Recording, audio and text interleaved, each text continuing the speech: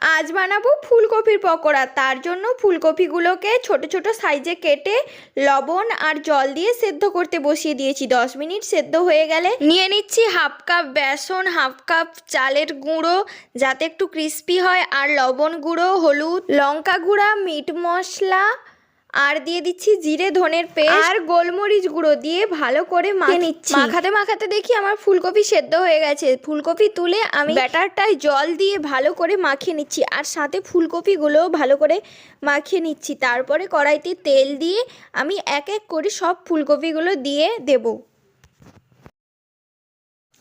কিছু সময় পরে দেখি ফুলকপিটা এক সাইড ভাজা হয়ে গেছে, তারপরে আরেক সাইড আমি ভেজে নেব পকোড়ার মতো।